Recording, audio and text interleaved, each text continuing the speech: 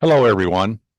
Welcome to the Outliers YouTube channel with your host, Kathleen Antrim and DP Lyle. This is called Get to Know, and today we're getting to know Boyd Morrison. Welcome, Boyd. It's great to have you. Number one New Thanks York for letting Times me be here. This bestseller. is great. Wow. I mean, you have really hit the ground running when you started writing. Um, and it's a very interesting story, I think, about how you started the deal you made with your wife. But I want to know when did you decide that you wanted to be a writer? Like, was it when you were a kid, or tell us about that? I envy the people who knew they wanted to be a writer ever since they were a child, because I was not that way. I've been a reader all of my life. I've read since I was a kid, and I read all kinds of genres. And the funny thing was, I was not a good student in English class. I loved the books that I wanted to read. So if we had been reading Clive Cussler and Stephen King and Dean Koontz in English class, I would have aced it. But when we're reading stuff that I have trouble with, not so much. But it was around when I was in grad school that I I was doing my research for my PhD in Rochester, New York, for Kodak. And it was midwinter when we moved there. We didn't know anybody. My wife was there with me. And so I didn't really have anything to do in the evenings because we were there for 6 months. And she said, well, you've always loved reading science fiction. There's this class being given by a local author who won the Nebula and Hugo Awards named Nancy Kress. And she's giving a science fiction writing course. And I said, yeah, I might as well try that. And so I took the class. I think it was 8 weeks. And I wrote a terrible short story. And I thought, well, maybe short stories aren't my strength. Maybe writing a novel would be fun. And so that's when I started writing my first thriller novel. And I wouldn't recommend writing a novel while you're doing your dissertation at the same time. That was A challenging. lot of writing. Yeah. But I finished the novel about a few months after I finished my degree, sent it off to a few agents and got some nice responses, but nobody picked it up. I think I only sent it to about 4 or 5 agents, which we know is nothing. Right. You usually right. need to send it to 100 Right. at least. But I kind of gave up. My wife thought I gave up too easily, of course, which looking back, I did, obviously. And she said, someday that book, I'm going to make sure that book gets published, because she really believed in it. Oh. And, but I was working at the time. My wife was just starting her studies for medical school. And so we made a deal that I would support her for 9 years of pre-med, med school, and residency. And when she was a practicing doctor, I would get to quit my job and mooch off of her while I tried to be a published author, and that I would get the same 9 years that she got to do it. And sure enough, when she became a doctor, I quit my job and started writing full time and wrote 2 more books. And it was the 3rd book where I finally got an agent. And, you think, okay, got an agent, smooth sailing, no problem, right? Nope. That's what everybody thinks. Yeah. I think it was 3 years before my first book came out as a published book. Yeah. Wow. That's a whole other story, if you want to hear it. It's interesting. Dean Koontz and his wife did the same thing. Who did? Dean Koontz. Oh, yeah. His wife supported him, and he was writing books, and he wrote, I don't know how many. Dean can. I've heard him talk about it. Maybe 10 books. Couldn't get any of them sold. And he finally said, this isn't going anywhere. I'm going to give it 1 more year. And at that, then I go back to work and you can go get your degree. She wanted a master's, PhD or something, whatever. And then a book hit. And, then they said, what else you got? And he said, well, let me open the drawer, because he had all these. And the rest is history, of course. He owns one of the largest homes here in Orange County. And then his wife went on and got her degree. That's a fascinating story. Now, Yeah, you know, and you went I to think Steve Rice Berry has the University, same kind of story, doesn't he? huh? Steve Berry has the same kind of story as well. He wrote, I think, 8 books before he got his first one published. Yeah, most And people then he do. went back and Yeah, started using Right. all of the work he had done before that. And by the way, the book that she guaranteed she would get published is now published in multiple languages. great. Wow. She didn't Yeah, give I was up. going to ask you if some of the books that you wrote, learning how to write a book, got published. Yeah, Have all they- of them did. All of them are Yep. now published. So that's the other thing. You never know which one is going to be the one that gets, gets an agent, gets a publisher. Mhm. And don't throw away those old books. Never, I know a lot of Yeah. authors say, yeah, I have a book in a drawer that's never going to see the light of day. And maybe that's true. But on the other hand, maybe it's actually not a No. great book. My Right. first book was Maybe it's a probably my great book fourth or that fifth should one be published. Exactly. Same thing. Yeah, Clive, I used to work with Clive Cussler, Exactly. and he told this great story about how he was he had already become big because of Raise the Titanic and had published a few more books by then, and he was a mega author by then. And he said, and his publisher said, well, do you have any other books? And he said, well, I have this other Dirk Pitt book that I wrote long ago. And they said, you have another Dirk Pitt book that we haven't published? It's great. And his agent said, no. That was before he got published. It was old work. Don't do that. It's going to ruin your career.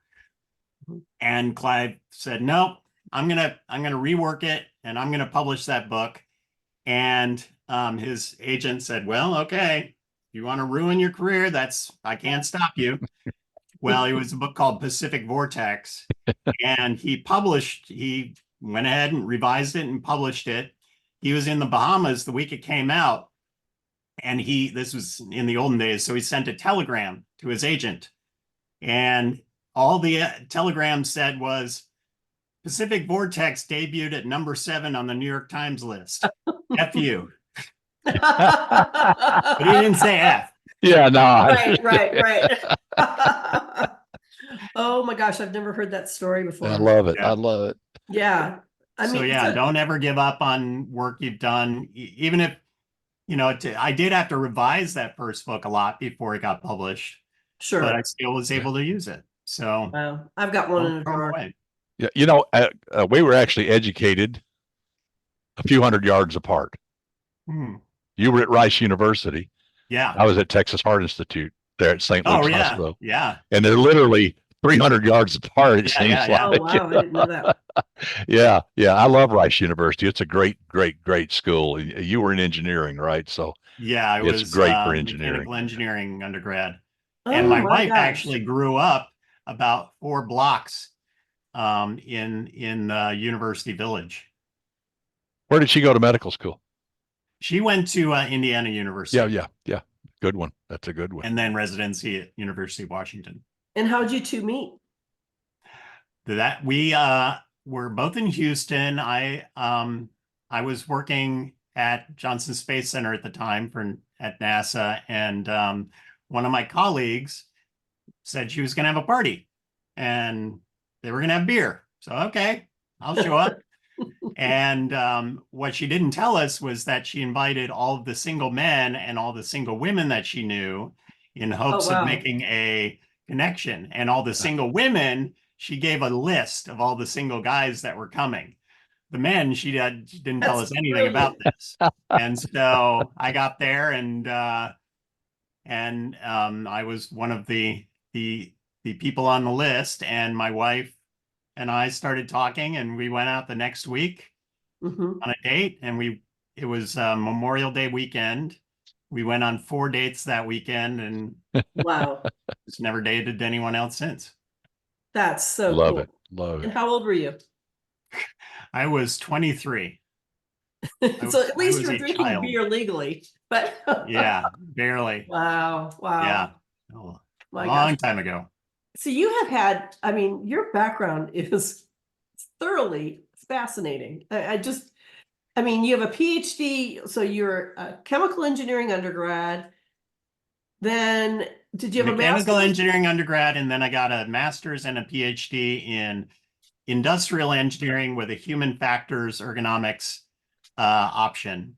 And so, Wow. and then I went to work for RCA and then an internet company for a couple of years during the big internet boom before it crashed. Yeah. And then came out to Seattle when my wife got a residency here, and I worked for Microsoft for a couple of years in the Xbox Games Group. That's great. Yeah, tell us about that. That's really interesting. I think we're gonna have a lot of jealous people when they hear with this Yeah, job. well, with RCA, I worked on TVs, so I had to bring home TVs all the time that were prototypes to check out, and so I would Yeah. be watching TV, and my wife would say, "Can you take out the garbage?" And I'd say, "Can't you see I'm working? This is really important." And then when I went to work at Microsoft in the Xbox groups, I played video games all the time, and I was a manager in the testing group, not the bug testing group, but the actual user testing, where we would bring in, I think when I was there, we brought in about 10,000 people a year to play the video games. And we would either watch them and do user testing to figure out where people got stuck in the video games so that we could redesign them so that they were easier to play, or at least easier to get through the menus. Or we would do play testing where they would play for an hour, and then we would ask them a list of about 150 questions about how fun was it? Was it too easy? Was it too hard? Where did you feel like you get stuck? Things like that. So again, we would give the information back to the designers so that they could improve the games while we were developing them. So again, I would bring video games home all the time, and I would be playing video games. Can you take out the garbage? I am working hard here at video gaming. So yeah, it was rough. Well, I've And always been a huge fan of NASA. I mean, I grew up in Huntsville, yeah. Alabama, and of course we had Marshall there. Mhm. And so I remember when the Space Flight Center came to the Redstone Arsenal in the mid 50s. I was a kid, and I remember the ground shaking when von Braun tested all his rockets. I knew Dr. von Braun, my parents did all that stuff. So I always grew up with NASA in my blood, and I love that organization. I've always respected it. Then, of course, I was in Houston, and NASA's right there. How was it? How was it working at NASA? How it's to me, it would be like, wow.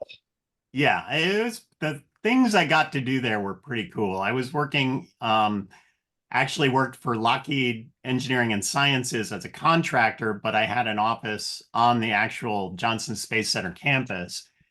So I would go Wow. back and forth all the time. And I was working on the Space Station Freedom project in a couple of different capacities. One was we were working on the maintenance workstation. So there was a workstation that we were designing that would be in the space station where you would be able to fix whatever needed to be fixed in there. And then I also worked on the window and camera subsystems where there are only a few windows, which are very critical pieces of equipment because they're one of the places where there could be faults in the atmosphere where there could be leaks. So we had to place them very carefully. And same with the cameras. There are only a limited number of cameras where there could be, they could watch the robotic operations and things like that. So we worked a lot on proper placement because the space station itself is huge. And so you needed to know exactly where you wanted them to get the best coverage. And one of the things that was really fun that I got to do while I worked there was fly on the Vomit Comet, which is the airplane they use to train astronauts Oh wow. zero gravity and give them experience in it. But we also ran a lot of experiments on the Vomit Comet, which is this plane, KC-135 tanker, that the entire fuselage has been all the seats were removed and padding is put all the way around it on the inside. And I think there are 20 seats or so at the back. So when you take off, everybody's seated. And then once we get out over the Gulf of Mexico, it does 40 parabolas, which are when it starts at 20,000 feet, flies up like this to 40,000 feet, and then pitches over. And you get about Oh my 25 gosh. seconds of weightlessness as it's pitching over between, I guess, probably 30,000 to 40,000 and back down to 30,000. And then you pull up from Wow. 30,000 to 20,000 to 30,000 feet, and you're experienced twice the Earth's gravity during that time. And you Oh do my that 40 times in a row. So Wow. you can How'd your imagine stomach that do? some people Yeah. would not weather that very well. Their stomachs wouldn't. And I would say about half the people who flew on the Vomit Comet actually got sick.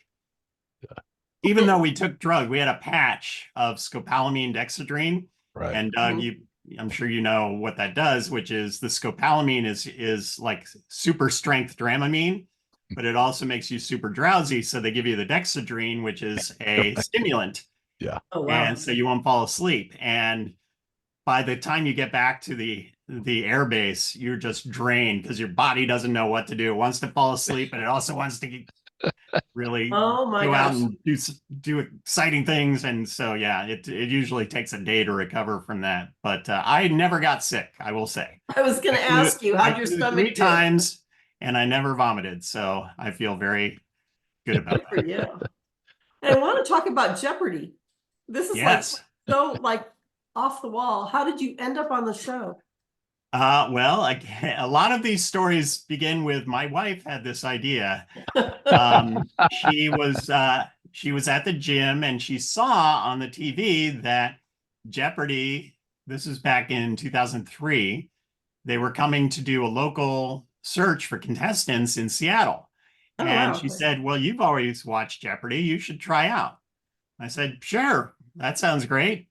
And so I went down to the local Westin, and they had about 100 people in this ballroom that they were doing every hour, where they would bring people in to test them out. I think it was over 2 days.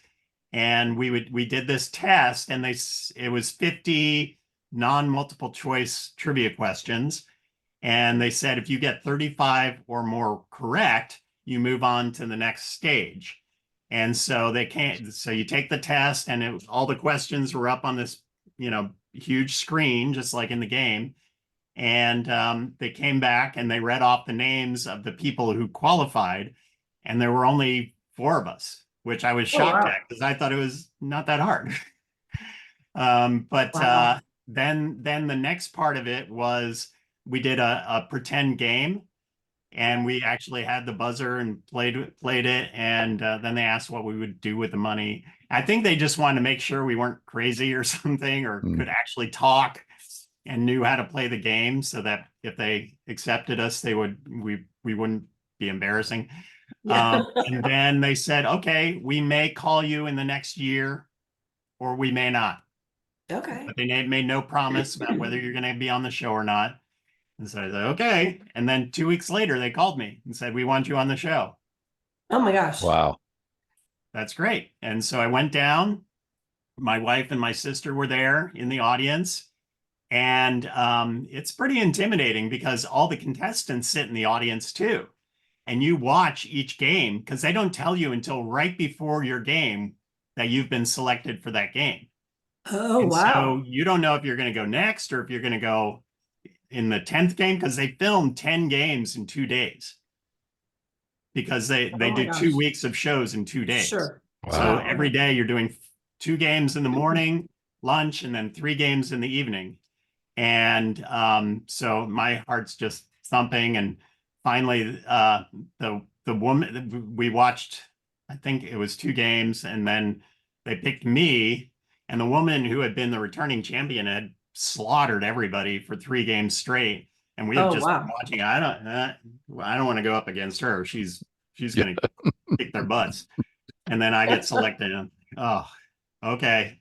Well, this is my one shot. And they go up, and they do allow you to they ask you a few questions with the buzzer, so you can buzz in and make sure you know how to do it. And I realized that the buzzer activated like a mouse activates on the click up, not the press down. You know how when you hold the mouse and you click the button, it doesn't actually activate until you let go. Yeah. Well, I figured that just by chance, I figured out that's how the buzzer worked, because they tell you to press it really fast. So that's why you see when people playing, they do this really fast. That's what they tell you to do. But I had the button press down almost all the way. And then if I knew the answer, I'd just go like that. And I usually, because most people Interesting. that accepted Yeah. know most of the answers. So really it comes Oh, down to really? who can buzz in first. Yeah. And so the first day I was so far ahead by the end of the game that the woman who had been the returning champion had exactly half my score for Final Jeopardy. And so I bet 0 because that would guarantee me a win, even if I got the answer wrong, which I did. Yeah. She bet all of it because that was the only way she could go on is if she tied me and we both went on, and she missed it. So that's A means real I live won. Jeopardy chairman or So now I am a champion. Jeopardy champion forever. That's And awesome. very proud of that. Yeah, you should be. And Yeah. then the next day I was ahead going into Final Jeopardy. I was way ahead, but I didn't have quite twice as much as the next person, and I got the Final Jeopardy wrong and lost. Oh, wow. That's But the she hard bet part about that everything. game is you can do well the whole game, but that last question Yep. can, yeah. Comes down to throw the that. whole thing. Yeah. In college, I scheduled my classes around Jeopardy. Oh yeah. It came on at 11:30 in the morning at Alabama. And so I would have an 8, 9, and 10 class, but I would not schedule it in 11 classes between 11 and 1. I go back over to the attorney house, we'd watch it, and I knew most of the answers. Of course, I was in college and I was smarter then than I am now, at least I thought I was. My brain worked better. But Jeopardy is a very, very, very special program. Yeah. It's different than Yeah. all the others out there. There's something addictive about it. Yeah. And you it's got to very be, different you can't be a watching it. dummy and play that thing. You No. got to know stuff. Yeah. Yeah, you gotta be on your toes No, too. everybody's on there Yeah. very smart. Yeah. That's what made it interesting. I Well, want to get back to you Yeah. did some movie stuff. You were involved in the movie Apollo 13 No. in some I respect. wish. Or, No. I thought you and had I'd worked at something to NASA. do with the production there. Did they come there or something? I don't While remember you were anything there? about Okay. well, All right. Apollo 13, they actually filmed scenes in the Vomit Comet, Yeah. which was Yeah. Oh, the first Okay. okay. movie Yeah. to Yeah. ever Yeah. do Yeah. that. Yeah. Yeah. So when I watched the movie, I was very glad to see Mm-hmm. that they got all of the zero gravity scenes correct, Mhm. because in a lot of movies it just looks so fake because I know what it's like in reality. And the cliche in a lot of space movies is they're moving very slowly. Right. Yeah. That's Yeah. not the way it is That's not at the way it all. You can is. move No. very Yeah, fast exactly. zero gravity. And I think since Apollo 13, movies gotten a lot better. But that was the first one that actually did it right. And that's because they actually filmed on the Vomit Comet. Yeah. They filmed some in Wow. Huntsville too. I remember that. Yeah, Kathy probably. and I actually met a gazillion years ago at the old Maui Writers Conference, which I wish was still going on. It was a Yeah, great that's conference. fabulous. But Ron Howard was there once, and he was sitting and having lunch, and I went over and I said, I hate to bother you, but I'd met him earlier, so we kind of knew each other was a little bit. I said, but I got a question for you. And he said, what's that? I said, I grew up in Huntsville. He said, oh, we had a great time there. I said, what I wanted to do is I wanted to thank you for doing Apollo 13 straight up. I said, I was so afraid it would get Hollywoodized. And he laughed and he said, it's interesting. That's exactly what the studio wanted to do. Oh, yeah. But Mhm. me and Tom Hanks stood our ground and said, no, you cannot alter this story. Yeah. You can't make a Fantastic movie. thriller. You can't make it any more thrilling than what it was. That's Yeah. exactly right. No, Yeah. yeah. You didn't need to make up anything for You that didn't movie. It need to was make just up so anything. tense anyway. Yeah. I remember the city of Huntsville completely shut down. All the scientists were out on the space center, sleeping in cots and stuff, and working around the clock. How are we going to get these guys back alive? True American heroes and a true effort by NASA. Another reason I love them so much. Yeah. Now you're also an actor. Yes. Tell us a little bit about that. Well, I've been doing plays here in Seattle for about 20 years. So I don't know, done 35 or 40 plays. Wow. And I love doing stage work. Now I'm trying to move more into film and TV. My first movie that I had any kind of role in came out this fall called Miranda's Victim. Okay. And I played a very small non-speaking role as a bailiff in it. And at the end, you can see me actually arresting Miranda, taking him off to prison, which is fun. But I got to be on set for 4 days in this trial scene at the end of the movie, which is about a half an hour long. And the actors in it are incredible. It was Abigail Breslin, Donald Sutherland, Luke Wilson, Wow. Ryan Yeah. Phillippe, and lots of other actors. And I got to see them and see how they worked and learned all the lingo about it. Was a big set, you know, really. Yeah. We had 60 extras in there. And so it was, and it's a very good movie. I've seen it a few times now, and it's an excellent movie. And just to be on a set with those kinds of actors and seeing them work in person was a real great treat and a real great lesson. And now I am only 2 degrees from Kevin Bacon. Because I was in a movie with Donald Sutherland, who of course was in Animal House with Kevin Bacon. Right. Exactly. Right. Exactly. Yeah. So Well, now I just noticed need to you do a also movie did- with Kevin Bacon. You also did one of my favorite, I think one of the best all-time stage plays ever was 12 Angry Men. Yes. Yeah, Yeah, I've done that that a is couple of one heck times of a now. story. Yeah. Yeah, I did 12 Angry Men as juror number 4.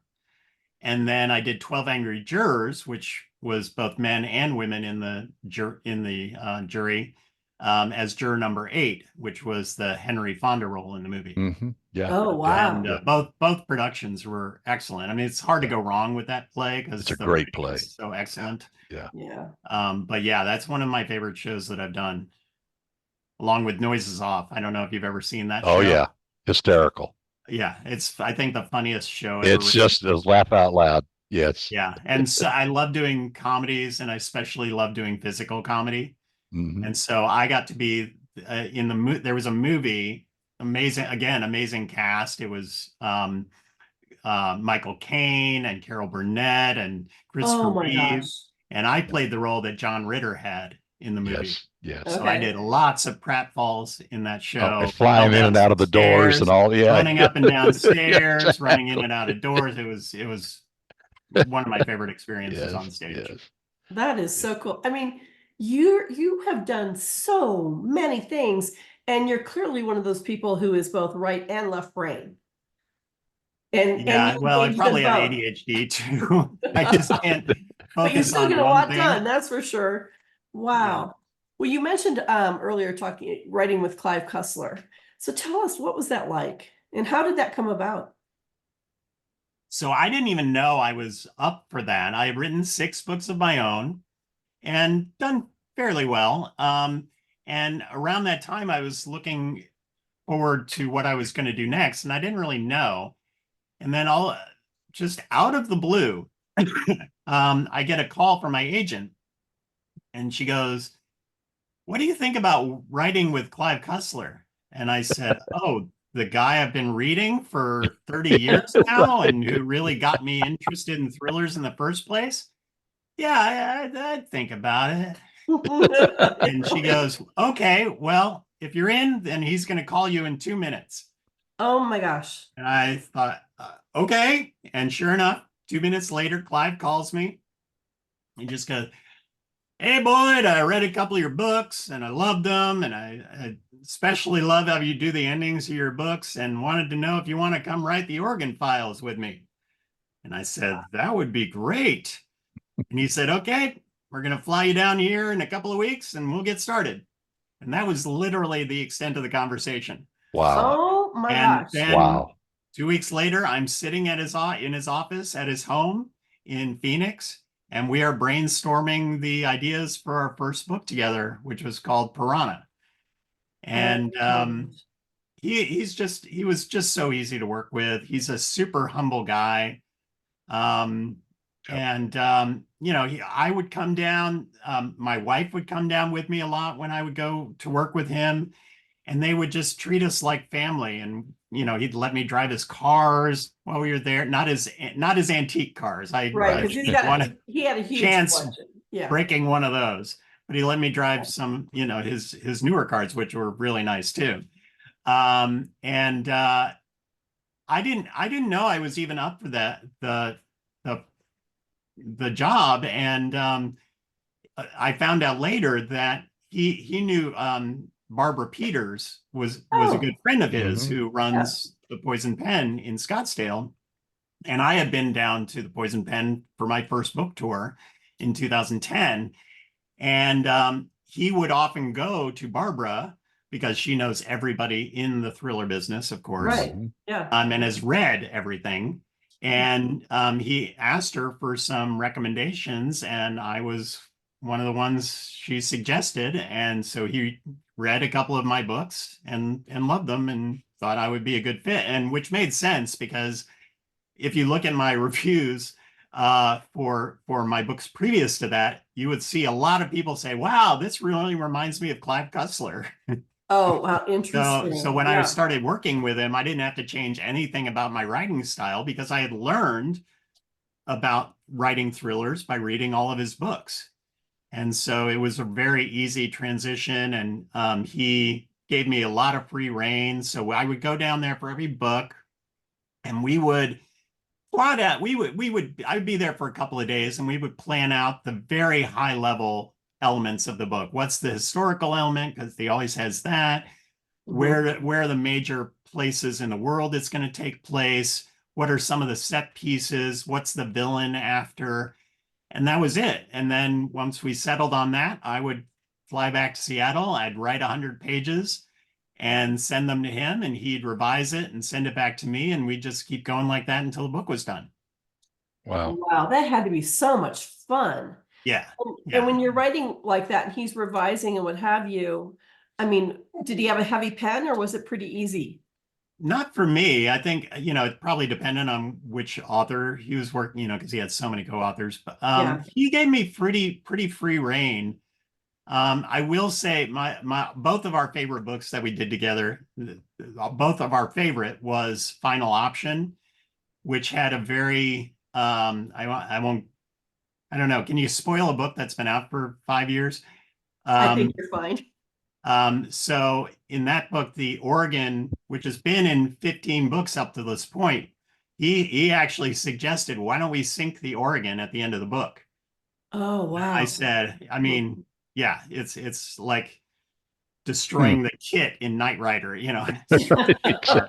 or kind of something like that, where it's like Exactly. one of the major characters of the book. Right. And I said that actually that would make a very suspenseful ending, and then we could design a new organ for the next book. Yeah. And so we did that, and I wrote the last 150 pages and sent them to him.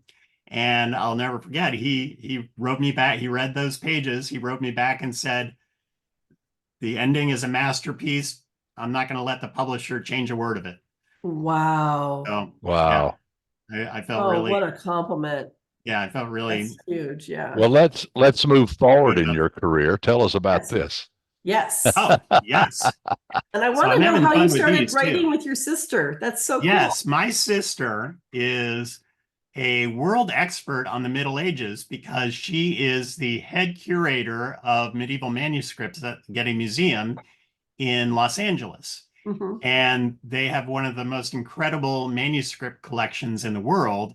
And so Wow. she knows everything that we would need to know for writing a book that takes place in the 14th century, which is what we're doing now. Mhm. And again, my wife is involved in every single story I tell because I was, I had left Clive. I knew I wanted to work on my own books again. Mhm. And one of the genres, I knew I wanted to do a thriller, but one of the genres in thrillers I was thinking of was historical thriller. Mhm. And so I was talking to my wife about it, and I said, well, the only historical period I really know a lot about is World War II, but there's such a glut of books about that that I Mhm. don't know if that's a good genre for me to write in. And my wife said, well, if you want to write a historical thriller, you've got a built-in co-author. And I said, oh, really? Who's Oh. that? And she said, your sister, who is a world expert on medieval history. Oh, that's a great idea. Oh, And her. so I called up Beth and I said, what would you think about writing a book with me, a novel set in the medieval times? And she, before I ended, she said, yes, I'm in. Let's do it. Oh, And that's so so we wrote our first book together called The Lawless Land. And it's about a knight errant who comes across a woman who's fleeing her brutal fiance. And we come to find out in the story that she is in possession of a priceless object that she is trying to keep from this cardinal who has his eyes on the papacy, and he thinks if he gets his hands on this object, it will cement his election to become pope. Mhm. And you find out that the main character, Gerard Fox, also has a link to this cardinal. And so they join forces in fleeing across Europe during right after the worst of the Black Death, and also during the 100 Years' War between England and France. Mm-hmm. And so they're trying to find a way to get this object to safety. And meanwhile, fleeing these very powerful forces that are arrayed against them. And then, so this has become a series now. The second book is The Last True Templar, which finds our characters in Italy and searching for the lost treasure of the Knights Templar. And they have to solve a series of puzzles left by the last true Templar for his daughter. And they go across medieval Italy, Siena, Florence, Venice, trying to solve these clues to find out where this treasure has been hidden. And again, there's a reason both that they and the woman that they're trying to help are trying to find this. It's not just a treasure hunt, it's to save all of their lives. And so, yeah, it's just a fun kind of quest story. Oh, And wow. then Sounds fabulous. we're working on the third book right now, which will take place in Croatia. And we research all of these books by traveling in person to get a sense of what these locations are like. And my sister is the one who suggested Croatia because I had never been there, and I didn't realize how many medieval kind of cities there were. But Split and Dubrovnik, I don't know if you've ever been there. There's still these walled cities that are amazing. And they're so medieval still that Game of Thrones filmed all the scenes for King's Landing in those cities. Oh, I didn't know that. Yeah. Oh, And wow. so if you go to both of those cities, there are Game of Thrones stores everywhere. I'm sure. Kathy and I were actually in Dubrovnik together. We were. We Oh, were. yeah. Yeah. Isn't Our that an families amazing traveled together for place? years. Yeah. Love it. And it really still looks like it did Yes. in the 14th century, except for the Game of Thrones stores. Yeah. Yeah, those everywhere. That might throw a little bit of a wrench in it. It's but- one of the coolest places I've ever seen. I mean, it really is. It's just fantastic. Yeah, So absolutely. it's just fun to be able to visit these places. And the cool thing about these books is if you read them and you are experiencing these places, you can actually go to most of the places in our books and still see them 670 years later. Isn't that amazing? And kind of imagine what it would be like for our characters, because most of the places in Europe have not changed much at all. Right. Yeah. And we just don't have that sense of history here in America. Right. No. Yeah. 670 years. I mean, Yeah, absolutely. it's 3 times longer than the US has existed. Exactly. Yeah, exactly. Exactly. So, when will this book be coming out? So The Last True Templar came out in September. The book we're working on now, we don't have a publication date yet, but we're, as you know, it's all up to the publisher when it comes out. So, but we're working on it now, and yeah, we're just excited about the storyline on that one. Cool. Yeah, it sounds great. I mean, those are my kind of reads. But I love history, so yeah, very. Now I want to tell everybody that the Outliers ongoing writing university is starting January the 2nd, and we've got it scheduled through 2024, but this is going to be ongoing and ongoing and ongoing. We're just going to add month after month after month, 2 classes a month. And Boyd's teaching a couple of classes this year, and we're really looking forward to that. I think any of you who are interested in writing and or think you might or want to improve your writing, this school is for you. It's what it's designed for. And Boyd's going to be one of our star teachers, and we're really looking forward to his classes so he can help, pay it back, and he's always been generous that way. And we Absolutely. appreciate that. We love him being on the team. Yep. Yeah, He's an authors have outlier. always been very generous to me with blurbs and just telling me about the business. When you said Maui Writers Conference, the first real author I met was James Rollins, and he, I don't know if you've heard him tell the story of, I think it was at the same Maui Writers Conference that you went to. It was. I think he was there, and he tells this story of he saw the back of the head of this redheaded guy who he thought was a friend of his back in California, and he went up to him because he didn't know anybody else there, probably before he met you guys. And he went up and tapped the guy on the shoulder and he said, "Hey, what are you doing here?" And he turned around and it was Ron Howard. Yeah. He Yeah. said, Yeah. They invited me. Yeah. Yeah. Yeah. Steve Barry started there. We started there. We took their old retreat they had, which was 4 days of intensive writing. We all went through that program, and it was a great conference. It was a lot of fun. Absolutely. Incredible instructors. Yeah. Very lucky. I would go if they had it still. That would be Oh, fun. yeah, absolutely. Yeah. Yeah. We went like 10 years in a row. Yeah, we did. Because you got to study for 4 or 5 days under people like Terry Brooks or Elizabeth George or Dorothy Allison, John Saul. I mean, it was truly amazing. Yeah. Yeah. It Very generous. And it's really cool now to just call so many great authors, friends. I know you guys, I've known you guys for years. I know Elizabeth George. She's a friend of mine because she lives here in Seattle. Yeah. Brooks lives here in Seattle, so I know him too. I mean, and Jim Rollins. I mean, it's just amazing. Yep. It's and Clive Cussler. It's just, I'm sure when you go to the airport bookstore and you look at the books that are up there, I know her and I know him and I know exactly. I literally go to see whose books are out. Yeah. Because I'll send them pictures. I don't think I think it's been at least 10 years since I've gone to one of those stands and not known anybody on there. Right. Which is very cool to say. My favorite memory of Maui, though, twice I got a chance to sit down for about 45 minutes, 2 different times, one-on-one with Elmore Leonard. The 2 of us talking about story and writing and all this. Yeah. He was so gracious and so nice and so insightful. Not only reading his books to learn a lot, but sitting there talking to him those 2 times. It's amazing what you learn. And just the nicest guy. But that's the writing community. The writing community is very friendly, very helpful. Yeah. And especially the thriller community. Yep. I would agree. I would agree. Everybody has just been because everybody believes in supporting everybody. There's no zero-sum game. If you do well, I'm going to do well. No. Yeah. With that. Everybody, all boats seem to rise together. Yeah.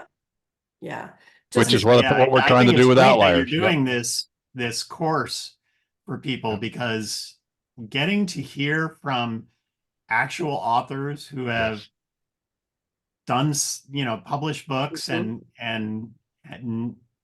seen the business is so invaluable to, I mean, especially going to BoucherCon and Thriller Fest and other conferences and learning from other authors. Now the fact that we can do it on Zoom and be anywhere in the world and get this kind of information is just, I would have killed to get this kind of thing years ago when I was starting out. Because you don't know where to go. And also we're trying to remove monetary barriers for people who can't afford to pay to go in person, fly. Right. It's expensive to fly and get a hotel. So we want to remove that. There's a lot of talent out there. Yep. And we want to help bring the information to those that are up and coming, especially college students. We want to start an outreach with college students and even high school students. So why not? I wish I had started way, way younger than I did. Oh yeah. Me too. Well, it's just exciting to have you on the team. I'm so glad, and Yes. we're gonna have a blast this year. Yeah, I'm thrilled to be here, and I'd love to maybe shadow watch some of the other Oh, teachers. you are Oh, more yeah. than Yeah, welcome. yeah, Of yeah. course, of course. Yes, yeah. Definitely, definitely. That's an automatic. All Yeah, the teachers are going to be invited to all the classes, Yeah. no question. Yeah, Right. Yeah. And yeah, yeah. I mean, I'm learning to be a teacher too. I've both Yeah. the seminars that I'm doing for Outliers I've done before, but some of them only one of them only a few times. So, Yeah. just hearing what works Yep. in other Right. presentations is And it'll spark ideas for other classes. Exactly. Absolutely. Everything And sparks an sometimes- idea.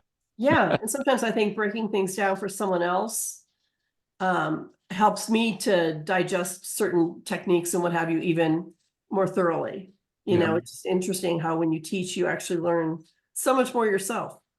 So yeah, no, it's very exciting. So So the two I'm doing are pacing, Right. the art Yes. of pacing, and how to keep your book, how to keep readers flipping the pages, especially with thrillers. That's what we want to do, is absolutely. create a book that people can't put down. And I love doing chapter ending cliffhangers, so I'll talk Yeah. about that. Yep. Because I never want somebody in bed reading it to go, okay, this is a good place to stop. Right, Right. right. And to go, okay, there's only 5 more pages, I'll read this. And then Right, they get right, to right. the end of the chapter and go, well, I just need to read 5 more pages. And then Yeah. pretty soon it's 2 And be a.m. yawning the next day. Exactly. And Yeah. I've had one of my favorite compliments is when I have people write to me or call me and say, damn you, Boyd, I was up till 4 a.m. Right. Exactly. Right. for work, and I'm going to be tired all day because I couldn't stop reading your book. Yeah, Right. yeah. So yeah, I'll look forward to talking about that. And then the other one I'm talking about is historical fiction. Yep. I Which I'm feel looking like forward I to. have enough background in it now, thanks to my Yes. sister, that I Right. understand at least what I didn't know and what I would need to know writing historical fiction. And then there's so much. I could never have written these books without my sister. But if you do the research, basically I've done the research by working with her on these. And now Yeah. I think I could, if I decided to write in a different time period, like Civil War or American Revolution or the Roman era, I know what I would need to know to be able to write. Right. Sure. Yes. Yeah. And so the that's what details I'll that are talk about important. in that class. Very cool. Yeah. Well, Boyd, thank you so much for being with us today. This has been fantastic. Obviously looking forward to a lot more as the year progresses in 2024. And, Doug, do you have anything more for Boyd? Or we, No, we appreciate it. And this has been a great talk. Always a pleasure at seeing you in person and chatting, but this has been fantastic. And I think the viewers will learn a lot. We will, of course, put all your information and contact stuff and how to buy your books up as soon as this goes live on YouTube. And so people go there and see what Boyd has done and buy his books because he needs the money. No, because they're very good. They're very, very good books, and you will be entertained, and you will be up till 2 or 3 or 4 in the morning, and you can hate him like the rest of us. Well, my pleasure, guys. Thanks All so right. much for Great having to me see here. you. I appreciate All it, right. and I'll Talk be seeing you soon. more in the new year. Yes, absolutely. Well, until next time, this has been the Outliers Writing University YouTube channel. And this has been known as Get to Know, and we've got to know Boyd Morrison today. So until next time, we'll see you then.